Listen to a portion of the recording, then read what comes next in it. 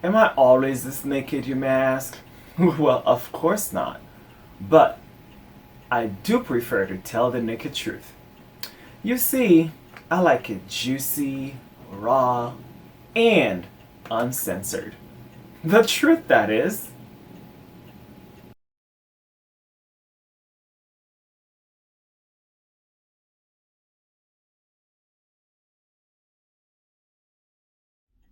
Hey everyone, welcome back to another episode.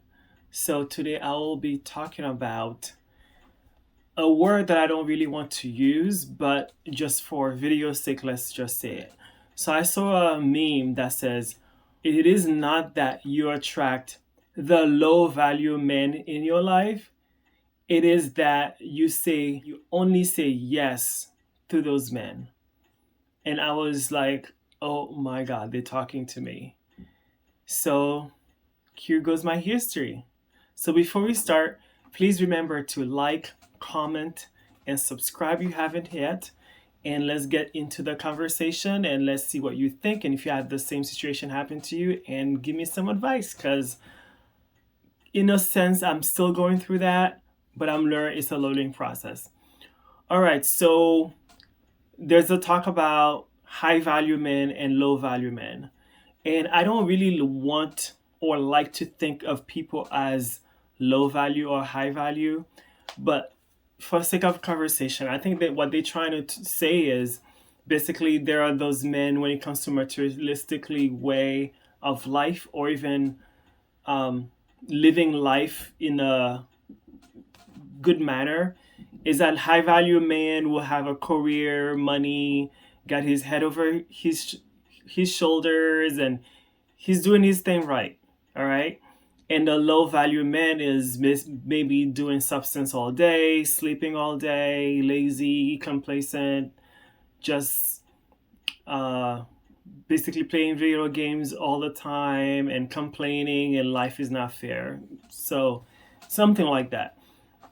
So, I used to have this thing where, of course, I've been in long term relationships almost all my life, and that's fine. I had like good people in my life in a sense of relationship wise that were not so bad for me.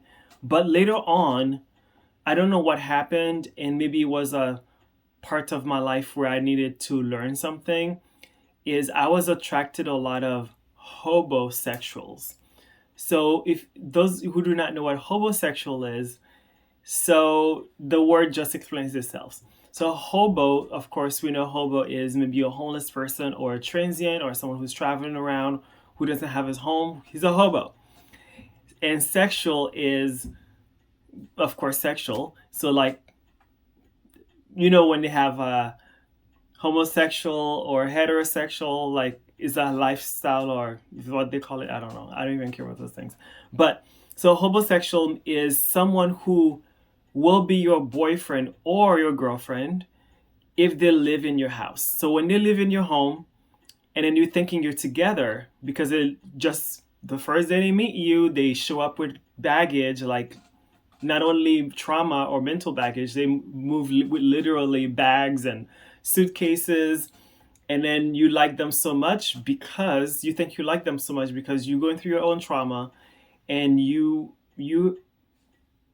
I'm saying you, but if you can feel the same, I was going through my traumas, and I had a sense of self-loathing, not much self-loving, in denial, codependency, and needing love and wanting love and attention and wanting someone to be with me at all cost, like literally at all cost. And it cost me, and it was a good cost because I'm someone who likes to learn from things, and I learned from it, and I saw a pattern, and I saw a red flag, so I learned from it. So going back to the story, so I was having a lot of homosexuals in my life, and I didn't know that pattern until the third. You know when they say third is the charm, but then when I realized it on the third time, I had to do it again on the fourth time to be like, okay, is this what I'm actually seeing? So I would meet pretty decent, attractive men online, and then those ones who wanted to be with me, And like the meme says, it's the ones that you kept. So they show up, of course. It sometimes late at night, sometimes we have a date all day, and we spend hours together, and it feels great. And I'm like, this is awesome. And I'm like, spend the night, and then spend the night, and then the next day, it's fun if it's a weekend, and they come back, and da da da. And they often have these bags with them, and I didn't understand what was happening. Because, like, sometimes I carry bags all the time with me, not bags, but like a backpack, because I love a backpack. And then yeah, again, not until on the third and fourth time that I realized that was a pattern. And so these people, later on when I felt hurt, because like what happens is I give them everything they wanted and needed for months, and they lived here in my room. And then when they took everything they wanted, a lot of times they just ghost. And sometimes they're like, oh, we're not good for each other anymore. And then they just left. And so I didn't know what was happening. So I was like, what's wrong with me? Like, my love language, first love language is acts of service. I do all these things for them and to them. And I was a pretty good lover. Actually, a lot of them still kind of like connect with me on Facebook or IG. We don't talk or anything like that, but I don't really block people kind of a thing. Well, sometimes I do. And so, but them, I only blocked one of them because he got psycho at the end. And so, yeah, so that would happen. And I was like, I was a good boyfriend, and this I was good too. And what was happening? And then later on, I find out, oh, I was being used and all this stuff. And I got like really resentful and feeling bad, and I'm being used, whatever. And then not later on in my self journey of growth, and I was just like, actually, I'm not being used. I'm allowing people to use what I'm giving them. So stop the victimhood. Okay? So if you're doing that too, stop the victimhood. People don't use you unless you're like a slave or you mentally incapacitated, whatever that word is. Self accountability again. All right? So remember, self accountability. If the shoe fits, self accountability. So a lot of times people come into our lives to teach us a lesson for a season, for whatever, as the crow says. So we have to, once we aware of it, we cannot victim blame ourselves, and we cannot call them the bad guy, because they're there for a story. They're there for a juicy story, and they're there for a lesson for you, for a growth. And if we're stuck, and I think because I was stuck in stuck being a victim, and stuck calling them names like they're users and they're bad people for doing what they did, that's why I was blind and I was not able to see the lesson. Not until the third and fourth time when I was like, I need to grow.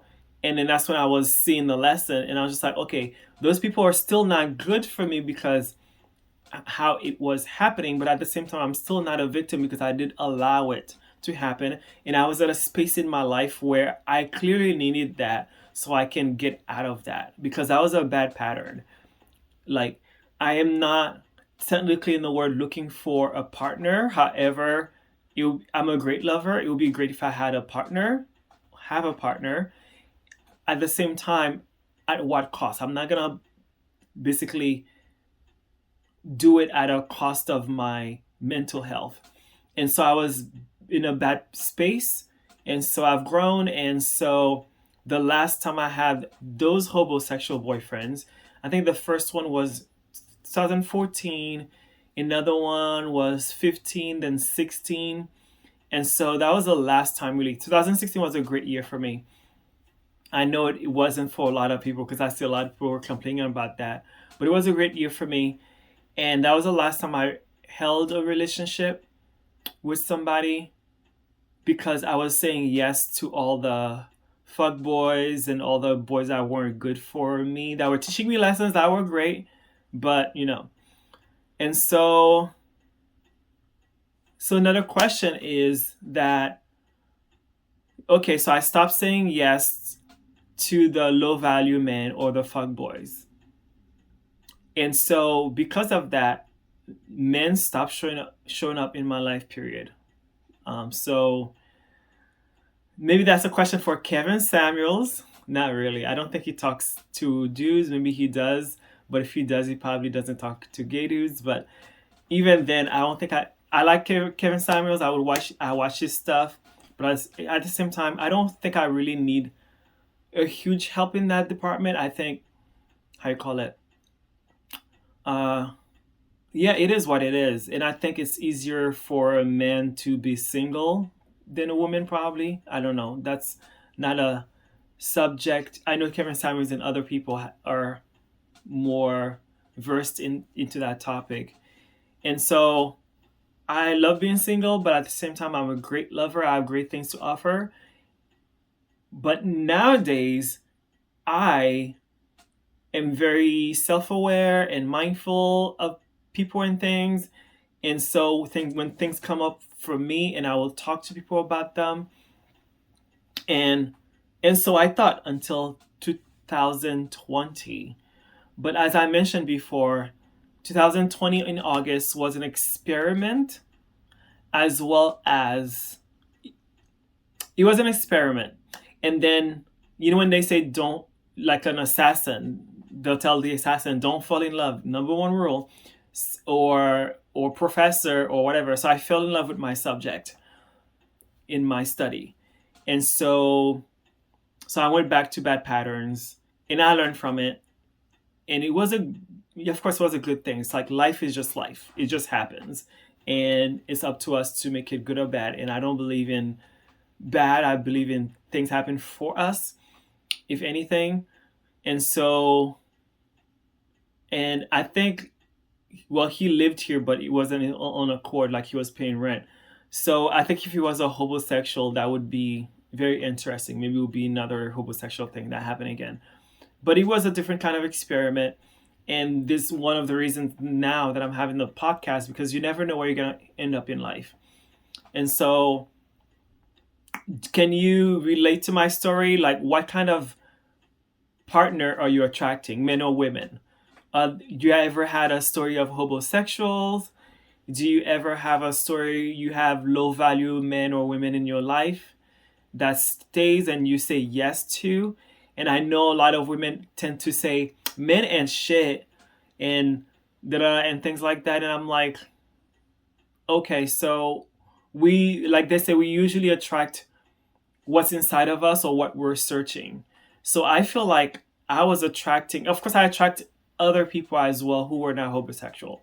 But I was saying yes to the homosexual for reasons, or the fuckboys for a reason, because I needed to learn something and I need to be here right now to talk to you about my story and grow and do better in my life. And a couple of things I've taken from homosexuals as in growth is to do better, to see the red signs, the red flags, and the signs better, to have self love, to actually love myself, because I was loving people. Because as we know, if you're an apple, you cannot give orange juices. So how could I actually did love these people if I was self-loathing myself and wanting love from them, and they were not giving me that? They were giving me, basically, they were using me in a good sense because I was giving, so they were taking, and that was fine, because who would not take when someone is giving, like, really? And they weren't really, what's that word, is lying to me or using me in a sense of the word, like, well, some people stole my shit too, but they weren't the kind of bad story where they take all your stuff and use your name and use you and destroy your life. They didn't do that. I think all they wanted is a space to stay, and who would not want a place to stay when you're being fed, you're not paying rent or any bills, you're getting your bills paid sometimes, and you're getting some nookie on the side? Who wouldn't do that? So I have pride. I wouldn't, but most people, whatever. And so that's my story.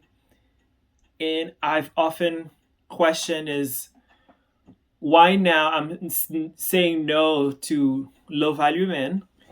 And because of that, no man is coming around. And the one that comes around, of course, because of attraction, I'm not attracted to them. And if I'm attracted to them, they tend to be on the inside of what I'm looking for is not what I'm looking for, because I people usually say you don't want to meet yourself. I want to meet myself. Like, I want to meet myself, okay? So I don't know about you, but I I know that I'm awesome. I love myself. I'm having a good time, and I would love to meet someone my level or higher, definitely. And I'm because of my growth right now, I'm done meeting people on that level because I've done it for so long, and when I do that, they brought me lower. And I'm not shaming anybody or judging them, just a conversation. And so I think everyone where they're at, that's how life is, and it's up to them to be high value. And someone might not think I'm high value, but I know that I am mindful and working in my life, so I know I'm totally not low value. I would not call myself high value because of certain things that I haven't accomplished in my life that I want to. In a sense of a word, again, I think everyone spiritually are pure and high value, of course. But as we're talking. So again, if you haven't subscribed, please subscribe, like, share, and comment. And let's get in the conversation. If you want to be a guest on my show, please let me know. And tell me how you feel about that. Because here we are doing it raw, uncut, uncensored, and I'm pouring my heart out to you. And this is how I feel. And I'm done holding it inside.